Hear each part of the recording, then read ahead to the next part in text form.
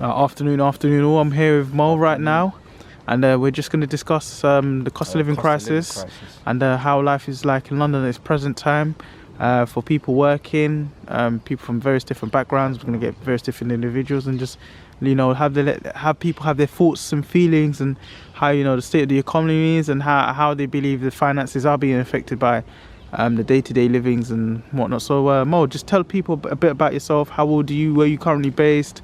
My name is Mo. I'm 29. I'm from East London. Yeah. Work in transport. I've been working in transport for about 5 years now. Just over 5 years. Prior to that, sales. And okay. So you got varied experience in regards to being in the working world. So you mentioned that you've been in transport for 5 years. So we had the pandemic back in 2020. How did that affect you?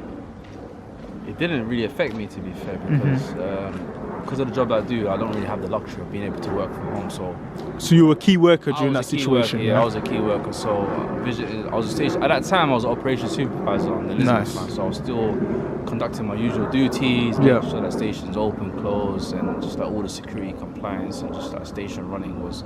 So I couldn't work from home because of the nature of my job. So during the pandemic, I wasn't furloughed. I couldn't work from home, so it was literally. Oh wow! So you could take advantage. You couldn't take advantage of the furlough scheme or any of these government subsidies and benefits that they're offering. It was the same pre-pandemic, but just less busy. So it was literally the same. Yeah. Okay, so we've virtually just come out of the pandemic now. It's officially been ended. So the pandemic actually ended, I believe, 2021. Is it 2020? Yeah, 2021. But it was officially ended by the UNICEF Health Organization in 30th of April, I believe. The pandemic's actually 2022. Of 23. Of 23. So the whole world, so literally about a month, less than a month ago, about 2.5 weeks ago. It's been confirmed that the pandemic's now officially well and truly no longer a pandemic. It's finished. And we're here in 2023 at the moment. We're in London, UK, and we're currently suffering inflation of up to 14% in regards to food. So how have you seen how's the cost of living crisis affected you in regards to your day-to-day activities, in regards to utility bills, in regards to weekly grocery shopping, monthly grocery shopping? Have you found this affected you a lot? Have you cut back on certain luxuries, or have you just lived and maintained your certain lifestyle that you had prior to the pandemic? Now, with how things are, it's just about being more conscious, like you're being more price conscious. It's not as if you can just pick up something, throw it into the basket, and then when you get to the till, it's fine. You are a bit more aware of how much things cost. And give me an example of what would you say you being price conscious. How have you been price conscious? So I'll give you an example. Yeah. So me coming into work, usually I'll grab a coffee and like a pastry. Yeah. Or like some kind of. So how much would that cost you pre-pandemic? Now it's £9.10 for a coffee. Oh wow, for a coffee and a panini. Like a tuna melt, yeah, like a panini is £9.10. £9.10. Prior to the pandemic, it probably would have been like £5. So we're looking at double bubble. Double bubble. Okay. Yeah. So now, like you're having to look at ways of having those, not really compromising on those same luxuries, but just doing it different. So. Do you think Brexit may have played a factor? Yeah, of course. So we're feeling the ramifications of Brexit now. A lot of things that we have that we bring in from Europe, there's now a higher cost. Yeah. And it's not as easy as it once was. We're no longer a part of the Euro bloc. Like we can't do free trade. So it's the things that you would typically get from a European nation is obviously going to be more expensive now, and that gets passed on majority of the time to the consumer.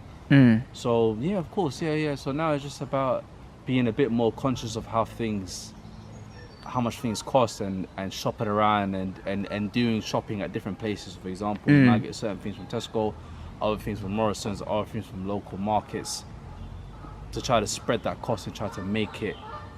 It's gonna cost more than what it once was. No doubt. Just try to make it more affordable. So that's what I'm pretty sure everyone's. So you're quite savvy. So you're not throw in the bag sort of individual. You're more of compare and contrast, and compare and contrast prices and see where you can move. To what you were saying before, like now, I'll probably start bringing in my own sandwiches into work. Because £9.10 for a coffee and a sandwich is a bit steep. Very steep. I have to say, 5 years ago, or even 3-4 years ago, you could buy a meal with that. To be fair, exactly. Cheeky Nando's meal. You know what I mean? For £9.10. I feel like everyday people are starting to feel it now. Yeah. And people are becoming a lot more aware of like how much people are becoming more clued on how to try to save money, because right now it is in a situation where food cost is higher than it once was. Yeah. Petrol costs, utility costs, gas, electric is higher than it once was. Yeah. And you have to, at the end of the day, you have to make ends meet. So that's No basically. doubt. Would you say it's a do or die situation at the moment? No, definitely not. Not do or die situation. It's a bit of a rough patch right now. Yeah, quite extreme. Yeah. Yeah. It's a bit of a rough patch right now. Yeah. And I am fortunate that I work for a company that is that's very keeping good. up with inflation and No doubt. trying to match what's going on right now. So it's just about really not having going overboard. not going overboard, and you can't continue to have those same spending habits you once had. And I think that's the reality for a lot of people right now, is that the kind of spending habits that they once had is not really a viable option right now, and you have to kind of be a bit more savvy with it, cut your cord accordingly, price conscious, and just try to limit your spending and not necessarily compromise on your quality of life, but just do it in a way where you are making compromises. Really is what it is, man. You have to kind of do a bit more, like if that means shopping around more or taking longer to do your shopping as opposed to going to one shop and going to different places to get those savings, and that's really what it is. But yeah, man, I think the cost of living crisis right now is affecting not only the UK, but I think it's a global thing right now. Yeah. But everybody is feeling the pinch right now. You say any tips and recommendations of people in regards to how they can avoid overspending or ways of utilizing their finances?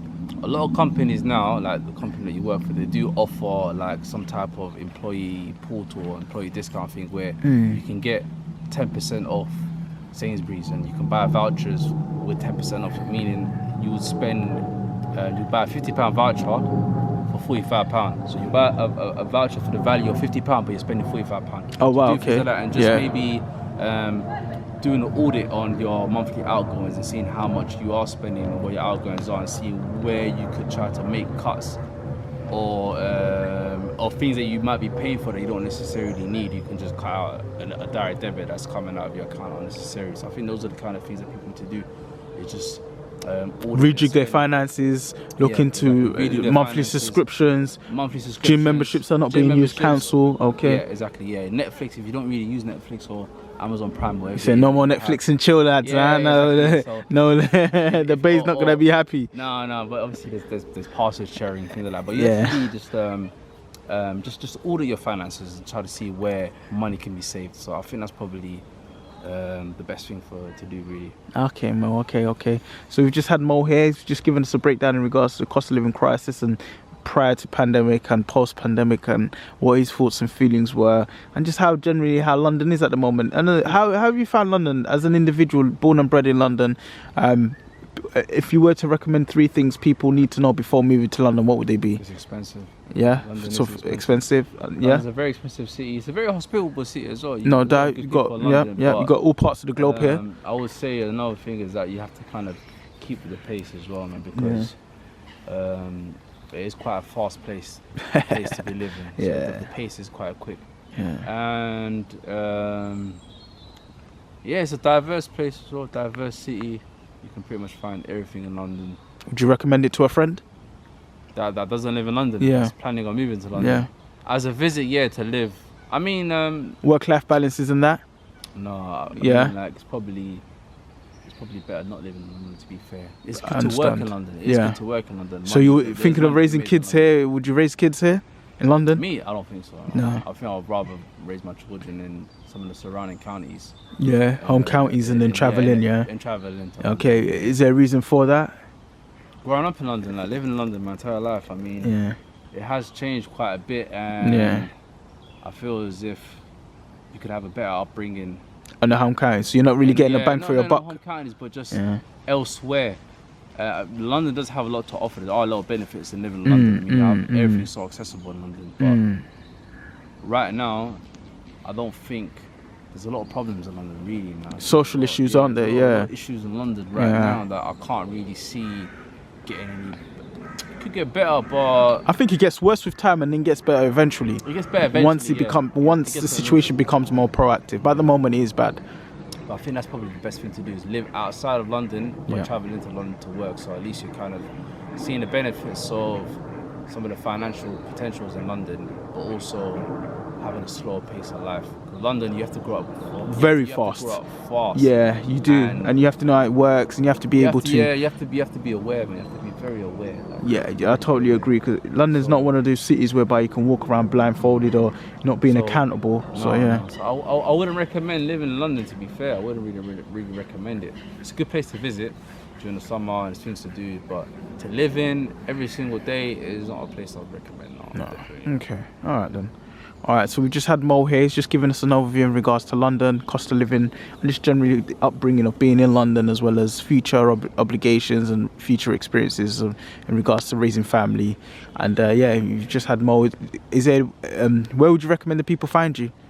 You can find me on Instagram, even though You've taken a hiatus on social media. Fair enough. We totally understand. I'm not too tough on social media. But you can find me at No1Groovy, NO1GROOVY on Instagram. Mr. Groovy. Yeah, and that's more of like a just a pass-through sort of thing. It's a kind of use on occasion, but I'm not too tied to social media. No doubt. Yeah. You're stuck in the real world, mate. That's what we like to. I'm in the real world. Yeah, I'm in the real world, man. I do real life stuff, man. No doubt. But yeah, no doubt. I think that's perfect. All right then. All right, much appreciated, Mo. All right, thank you much for your time. Was that all right? Perfect, man.